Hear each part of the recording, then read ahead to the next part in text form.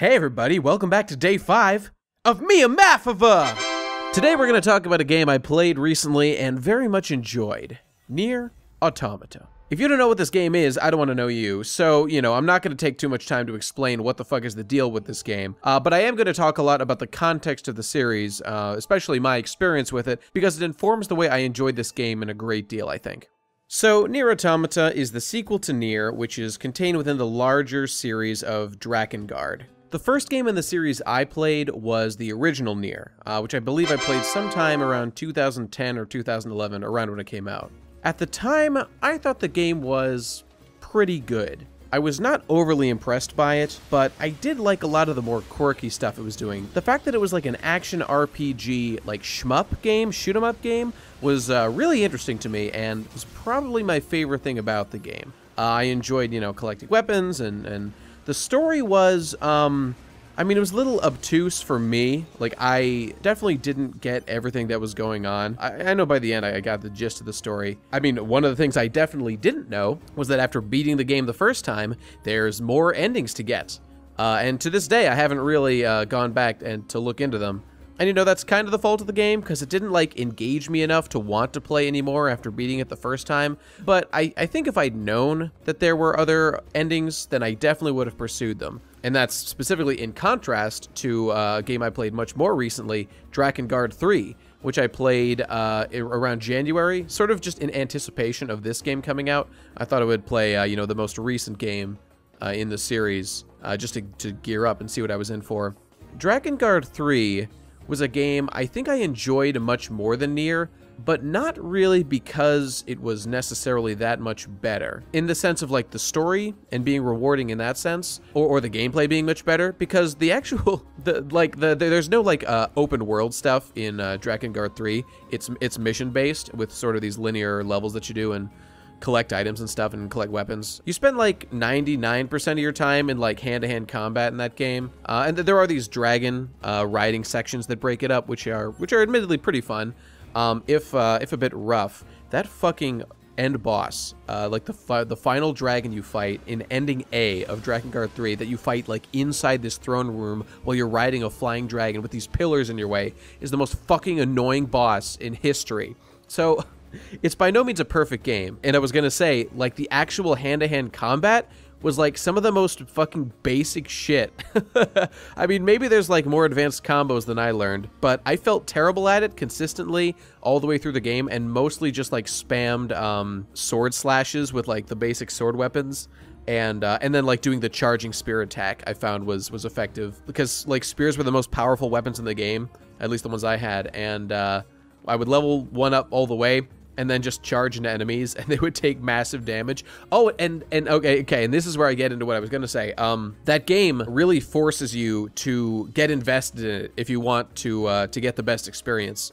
So since that was the first game in this Drakengard Yoko Taro series that I took seriously, that's the one that I knew ahead of time, because I knew what the ending was. In fact, really what made me want to play that game more than anything was seeing what that, legendary final boss was that everyone, got memed by back in the day. I really wanted to experience that, to get to that point. So I knew I was going all the way to ending E. So I already knew that there were multiple endings. So when I finished ending A, I, was kind of tempted to put it down because I felt kind of disappointed. Oh, okay, that was fun. It wasn't that rewarding. But I pushed through and explored all the other endings of the game, one by one. They're in sort of a linear fashion. And my God, am I glad I did. Because pushing your way all the way to the end of those games is the real game. That's how you play the actual game that Taro is preparing for you, because they really only scratched the surface in ending A, and you can tell that the fucking normie games journalists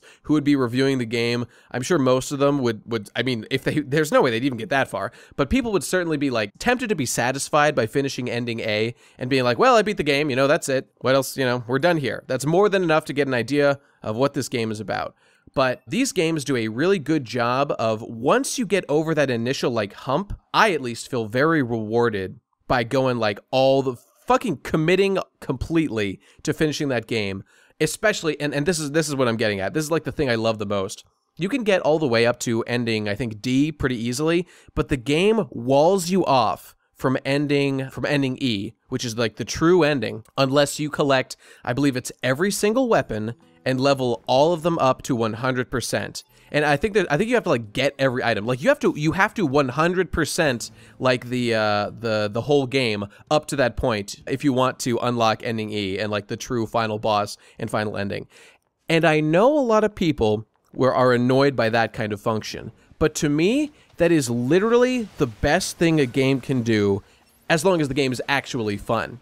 Because it's that kind of 100% completion shit that forces you as a player to really, really commit and deep dive into like every facet of the game. Like I loved finding out how to do the exploits when fighting those like, there's like these gold matches you can do in Drakengard 3 to like fight gold copies of enemies, and when you like beat them up, like they drop massive amounts of gold, and it's the fastest way to get money in that game, which you need because upgrading weapons is really expensive. And if you want to get the final ending, you have to collect tons of money, and the fastest way to do it is to do that. And so like I would do research to figure out like the best ways to grind for gold for that stuff. And you know, I would have to look up like where certain items are and where to find things that are tricky. But like once you've like beaten the game, you know, like relatively beaten it like 4 times by that point that you've beaten up to ending D, like I certainly don't feel any kind of shame in looking things up. And frankly, that's one of my favorite parts of games, like optimizing my shit by the end.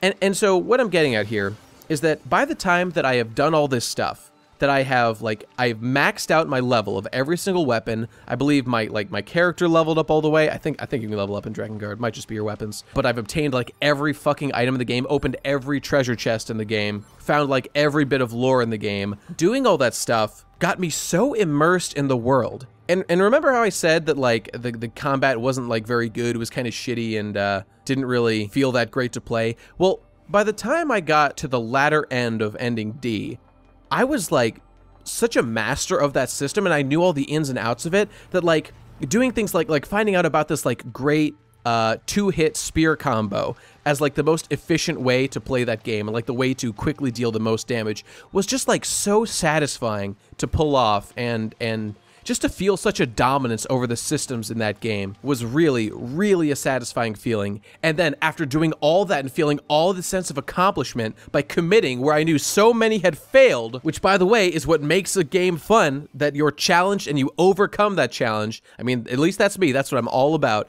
To then be finally rewarded with the ultimate challenge of this like total like left turn fucking musical rhythm final boss that I had known about, that I had signed up for and wanted to get to more than anything, to finally get there and fight that boss and like discover that like it was like the hardest thing in the entire fucking game, and I had to spend like 24 hours straight grinding that fucking match over and over and over, and finally fucking beating it and obtaining supreme victory and 100%ing that fucking game and just feeling so good about it. Especially because like after I beat that fucking boss, I found out afterward when I posted on Twitter about it, a lot of people were saying like, holy shit, dude, you beat that like without a guide? Like, Jesus Christ, like that's something that people have to like look up strategies for. I saw there's like YouTube videos of like syncing the timing of the button presses that you have to do during the game because it's like so weird. But I kind of figured out the strategy of like if you delay your presses by like half a second, it works. But nonetheless, I was able to do it myself, and just after seeing how hard it is and how, you know, hard I had worked to accomplish all this stuff, and then persevere to defeat this epic final boss. Oh my god, it felt so good. And I was able to just like enjoy in a relaxing pace, just like grind out, getting all the weapons I needed, leveling everything up. Like once I committed to doing all the steps it took to getting to this ending and then just doing it, it kind of freed me, you know? It kind of freed me to enjoy the game at whatever pace I wanted. And so it took me, you know, like a whole bunch of days playing a couple hours every day to beat it. And it was just a thoroughly enjoyable experience. And it's all because the game was structured in such a way to reward the dedication that you put into it. It had that kind of epic ending reward that I want out of every game. Like, I think I heard just the other day, Breath of the Wild is, you know, a really hot game right now, but a lot of people are starting, like, the winds are starting to change on Breath of the Wild a little bit, where guys like, you know, my buddy Jesse Wood was saying that the beginning of the game is fantastic, the first, like, 6 hours or something, but once you get off, like, the mesa in the center, It's pretty good, but like things get really repetitive, and like the shrines get really repetitive and boring. And you know, that's fine. A guy like me, when I play that game, which I will probably enjoy getting all the shrines if I like the game enough to make me want to go and get all of them. But like, to have no reward at the end of getting all the shrines, like I could see myself still doing it, but like there's none of like the great payoff like what Drakengard 3 did of giving you the true final ending and the true final boss. That is an appropriate reward for 100%ing a game, and that is your reward, to be able to fight a final boss, a final secret boss, because what that generally means is that you're now given like the opportunity to test the skills that you've honed over the course of the entire game, and to be challenged by that, and to overcome that is the ultimate victory. That's what makes a game feel good. Now, of course, Drakengard 3 actually doesn't do that at all. It has this fucking rhythm game at the end, and I can see why people might be annoyed to get to that point and have that happen, but I knew it was coming and I was looking forward to it immensely. So in this case, you know, I guess being spoiled for that might have helped out.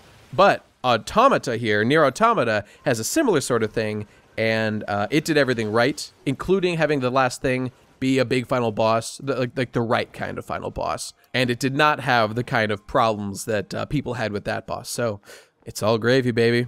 And now, with all that said, let's actually talk about Automata. I just wanted to say all that to illustrate the experience I had with Drakengard 3, because that's like the kind of expectations I had in my mind as I went into this game. I was praying and hoping that this game would have like a similar sort of thing with multiple endings and just rewarding me for investing like intensely in this game, and I am happy to report that it did exactly that. And I got a very similar feeling to what I got from Drakengard 3, except I might have liked this even more. I wouldn't say that I actually enjoyed this game on the whole more than Drakengard 3, and that's not because the mechanics of Drakengard 3 were any better. It was just more in tune with what I like to get out of games like this, but nonetheless, we'll talk about that, because this game was really great too. So, Nier Automata is similar to, I guess I'd say it's sort of a combination of Drakengard 3 and Nier. It's got sort of the open world structure of the first Nier, but it's got more of the, I don't know, kind of like the dark tone of Drakengard 3. I mean, that's not to say that Nier doesn't have a dark tone either. It's just like you play as a sexy girl, you're an ass-kicking badass. In this case, you're a robot. In that game, you're kind of like a, I don't know, a super soldier, because you got magic flower power.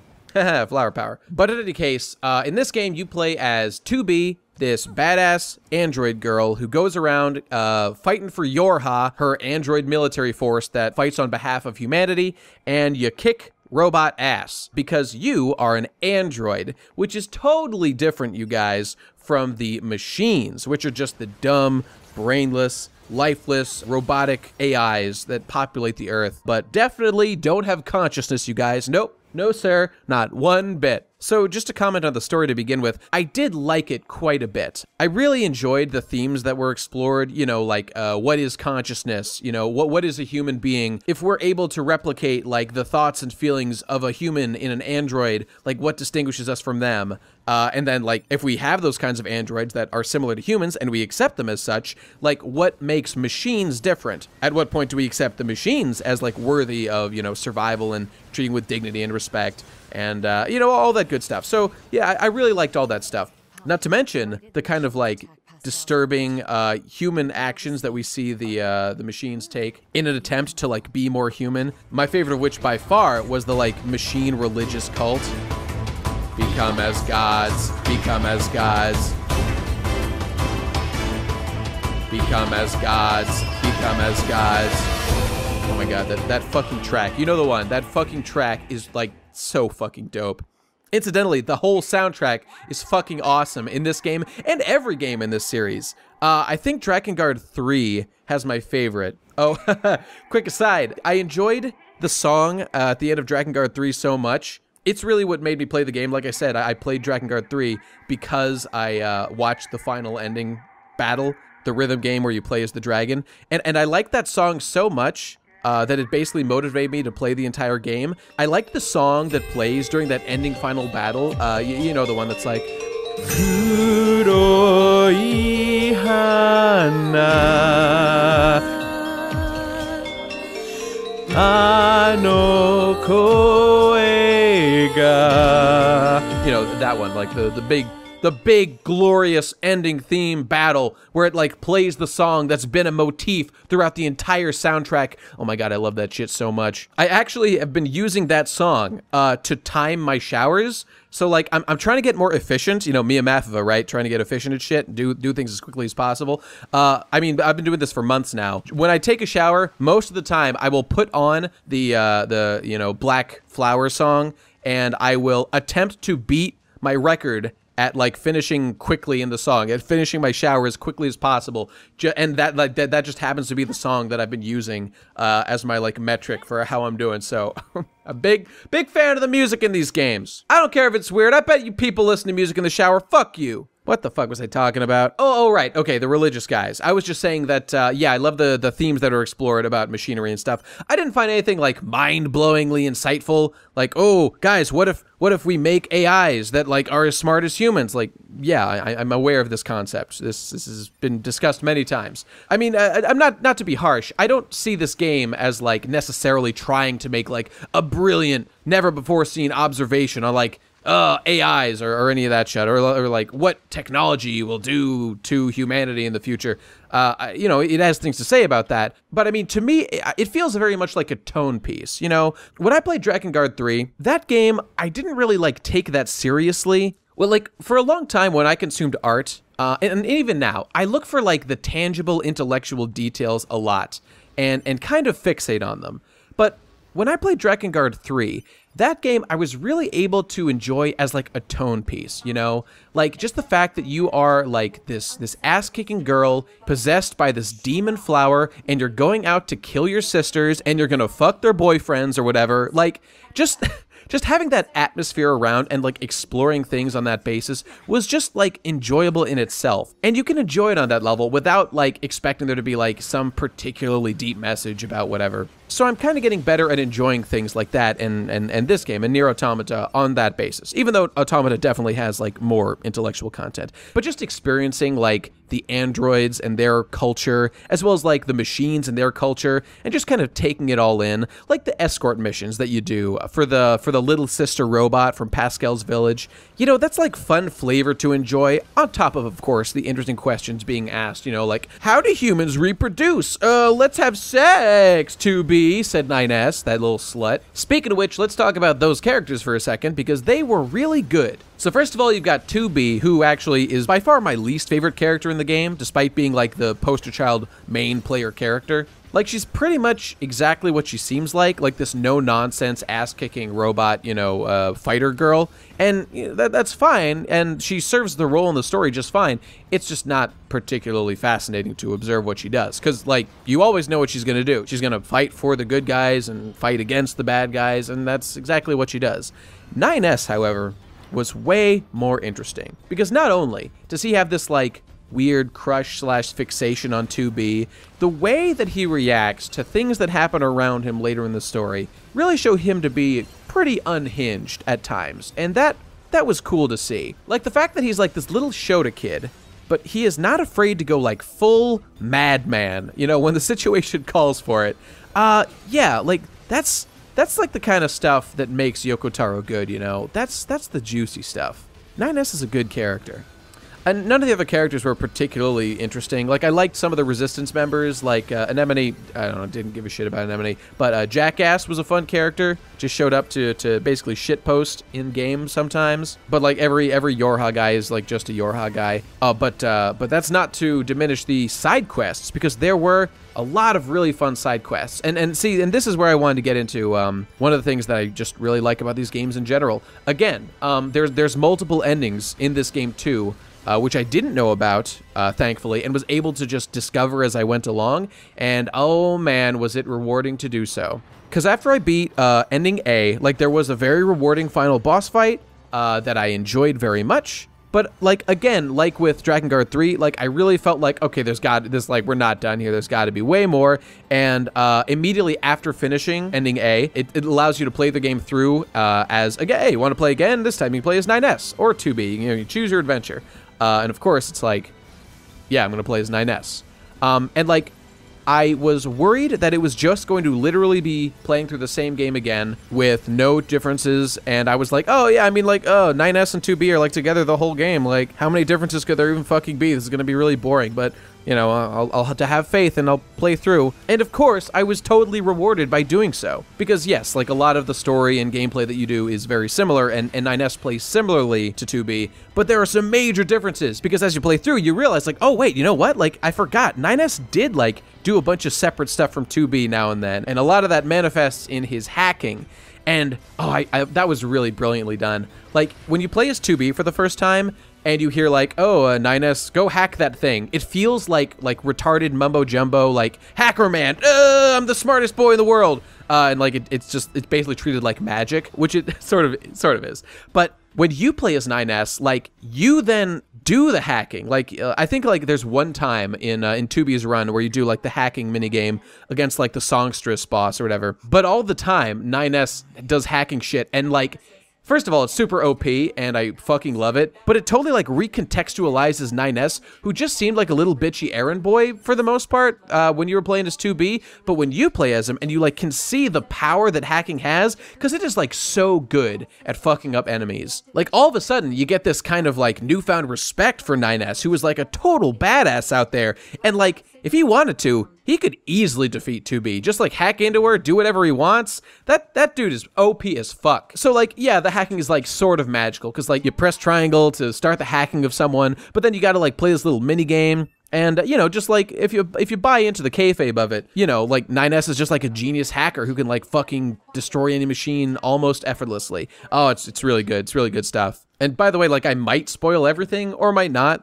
Just listen at your own risk. And then, of course, later on, you play for some time as A2. And, you know, A2 was fine. You know, she plays almost identically to 2B, but with, like, some extra powers that made her a little more exciting to play. Like, instead of her suicide self-destruct button, she has that, like, overdrive mode, which was fucking badass. I kind of found that, like, I didn't get to play with her as long before the end of the game, so I didn't really feel like I got a chance to explore everything she could do, just by not having, like, that much game track to test her out on before I reached the end of her ending. But nonetheless, I mean, she was really fun too. She was a good inclusion as well. And as a character, I mean, you know, she's got her like little one-man war against like the evil bureaucracy that fucked me and my friends over, and I will get revenge. I'm going rogue to get revenge. You know, that's fine, but it's just, I've seen that a lot before.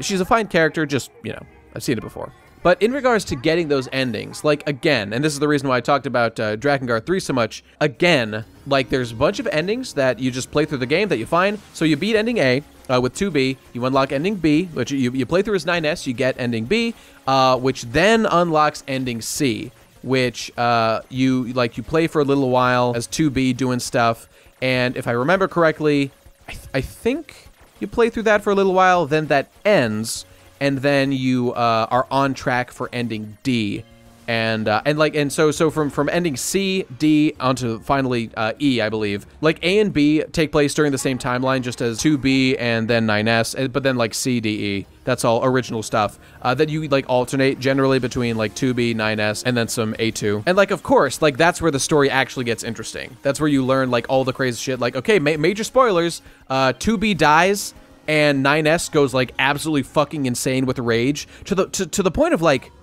see, this is good writing, to the point where like 9S, his maintenance, like he begins like not doing maintenance on himself, so like he starts to malfunction after a while, and you have to like hobble your way back to the Resistance base camp to fucking get repaired by you know, some sexy robo bitches. Like, 9S is a fucking madman, and I really like that. That's way more interesting than like some, you know, like goody two-shoes fuckboy. The fact that he's like such a actual psychopath, you know, sometimes is really great. He's way more emotionally engaging than like A2, who's just like, yes, stern, we'll get vengeance, or 2B for that matter. But then of course there's the thing I love at the end, to unlock like Route E or whatever, like to get to the final chapters, you have to fucking get like everything in this fucking game. I believe what you had to do was collect every weapon and level them all up completely. I believe that's all that was required in this game. Because I don't think I did every single quest. I know I did the vast majority of them, but I think there were a couple I didn't have to do, some side quests. But it was really just as great as it was in Drakengard 3, if not better, actually. I'm bouncing forth between which of these two I liked more, but like, here's a way that I definitely liked Nier Automata more. So, like, again, like with Drakengard 3, the game is going to force you to do, like, all this crazy shit. Like, just collecting all the weapons to begin with is really fucking hard. And, like, it forces you, A, to, like, explore every place on the map, to, like, find all the places where they're hidden. And basically, you have to, like, overturn every secret of the game, and you have to explore every mechanic of the game. And this game is way more mechanically deep than Drakengard 3, so, like, the results you get are, like, way better. And here's where I'm going to get into the thing that, like, is the reason I wanted to talk about this game in the first place. As I was playing through this game, I was doing a certain thing, and every time I did it, I was just like, fuck yes. Fuck yes. I love this. And I'm talking about the movement. The movement around the world of Nier Automata. Because it's really like a multi-layered issue movement, because it's not just about like the actual controls of moving, it's also about like the environments that you're in and the way that the levels are structured that like allow you to move through it in certain ways. I felt such a sense of joy when I would come back from whatever crazy mission I was trying to do. I would come back to the resistance camp, I would heal up, I would buy all my items again, I would level up whatever weapons I could, and then it was time to get a new quest and head out on it. I just felt so comfortable and happy just traveling through that environment, using the tricks that I learned to move as fast as possible. You know, there's the whole wonderful chip system in the game where you can equip basically like skills that are just, you know, treated like computer chips, which is, you know, cute and funny. And that's the kind of funny detail that gets you like invested into the kayfabe of the game. So I would slap on like all my fucking speed up chips, right?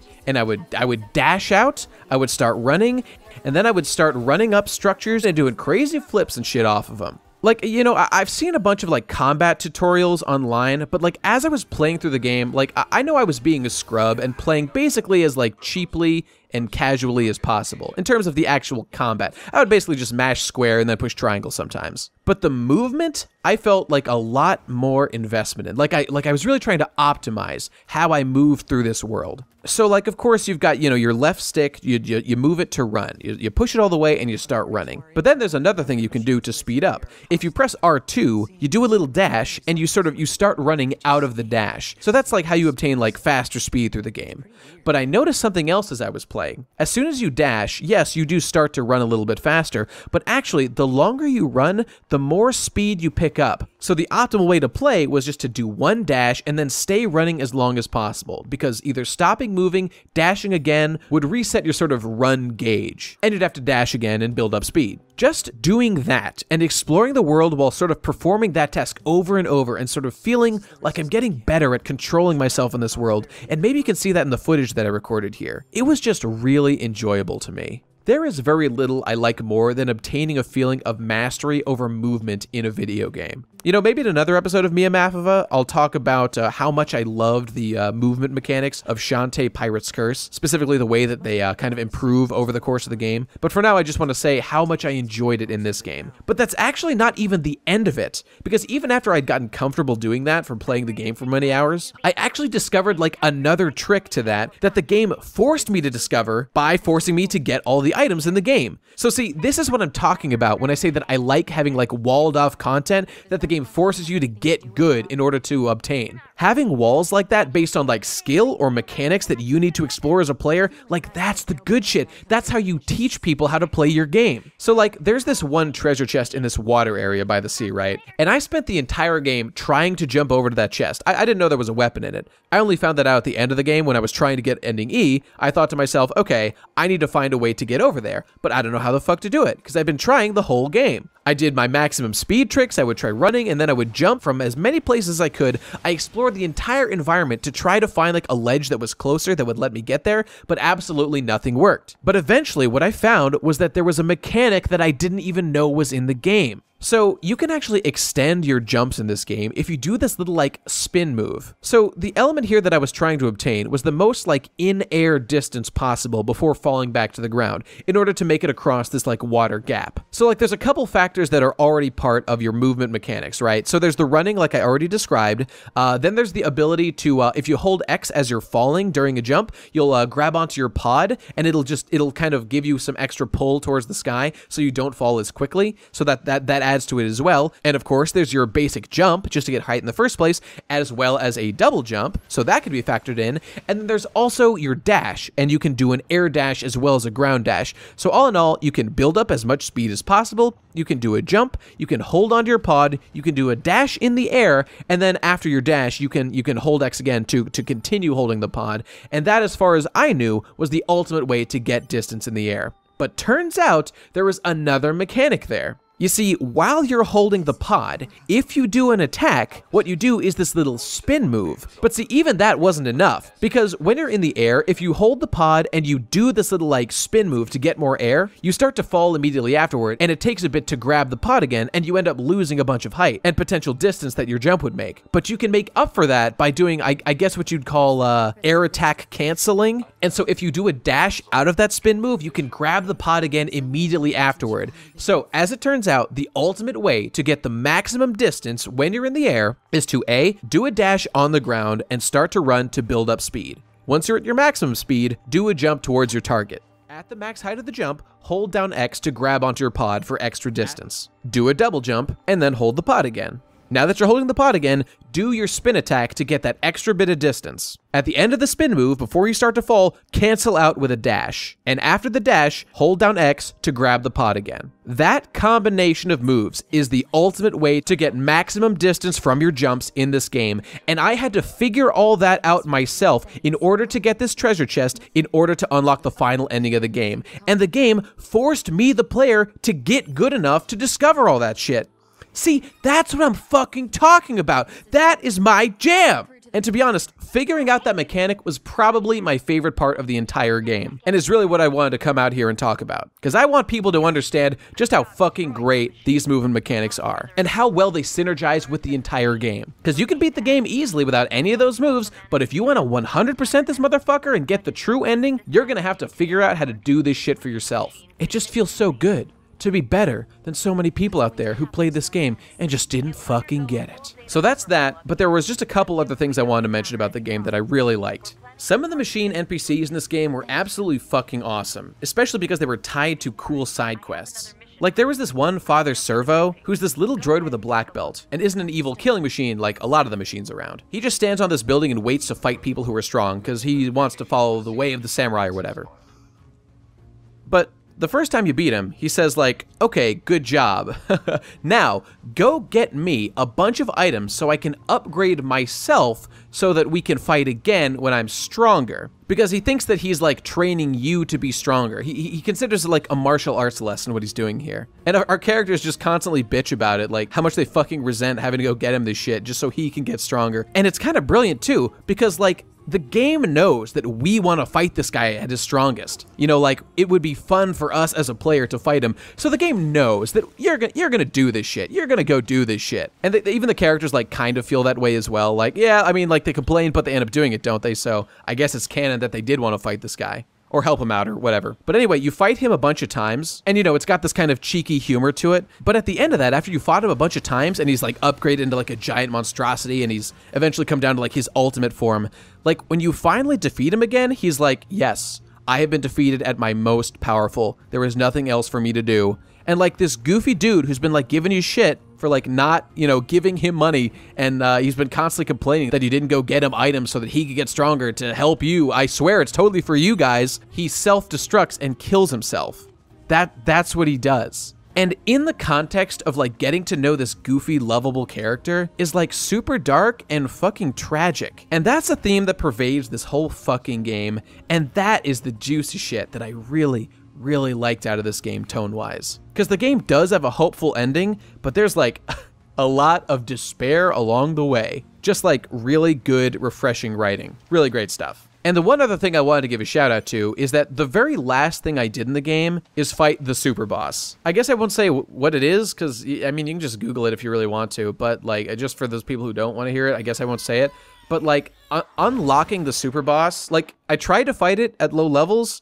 No, it's not gonna work out. So, like, in order to even get to a place where I could fight this fucking super boss, I had to be really fucking high level, which forced me to figure out what the optimal way to grind was. And so I was looking around online just for, like, the best ways to get EXP, and it turns out, and I think this has been patched out now, actually, but there's this statue in, like, the amusement park section of this game, and, like, if you're playing as 9S and you do things in this very particular way, you can make that big statue come to life, which normally it doesn't if you just like kill all the enemies like normal. You have to like hack enemies and possess them, which is something that 9S can do, and like kill all of them except for one in a very specific way. And once you do that, the statue comes to life and tries to fucking kill you and is super fucking strong, but luckily 9S's hacking skills are fucking OP as shit, so you can take him down without too much trouble. And you can repeat this a bunch of times, and he really quickly got me to level 99 or 100 or whatever. And again, I think that's been patched out now, but it worked for me and it was fucking great. And so once I was at level 100, then I could go fight the super boss. And I defeated him soundly. Actually, kind of like too soundly, because like I had already gotten like the true ending and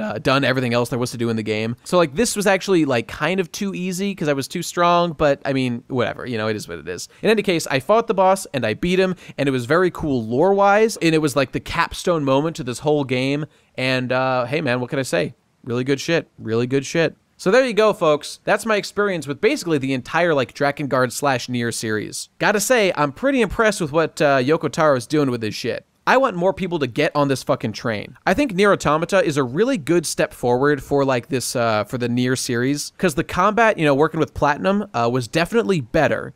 It's still not, like, I don't know, it's still not, like, wonderful. I mean, there's no Kingdom Hearts 2, right? There's no Kingdom Hearts 2. But definitely a step up from that game, definitely a step up from Drakengard 3 in terms of combat. And I really like this open world shit. Like, I really felt comfortable and at home in this world after spending so much time in it. Just really good stuff overall. I cannot wait to play his next game. Incidentally, speaking of Kingdom Hearts, is like the Nier Drakengard shit, is this like the only good stuff coming from Square Enix these days? I mean, that's a serious question. Like, I'm not counting like the Hitman and like, oh, whatever, who is that? Like, not Ubisoft, like Eidos, like those French dudes. I don't care about any of that. I'm talking about like core Square Enix developments. Like Taro here, I think has his own team working on these Drakengard kind of games. Like what else? What the fuck else is Square Enix even doing now? I don't know. Whatever, man. In any case, this game was great. Definitely recommend it. And I hope you enjoyed hearing me talk about it here on day 5 of MIAMAFV. Be back tomorrow, folks, and I'll see you then.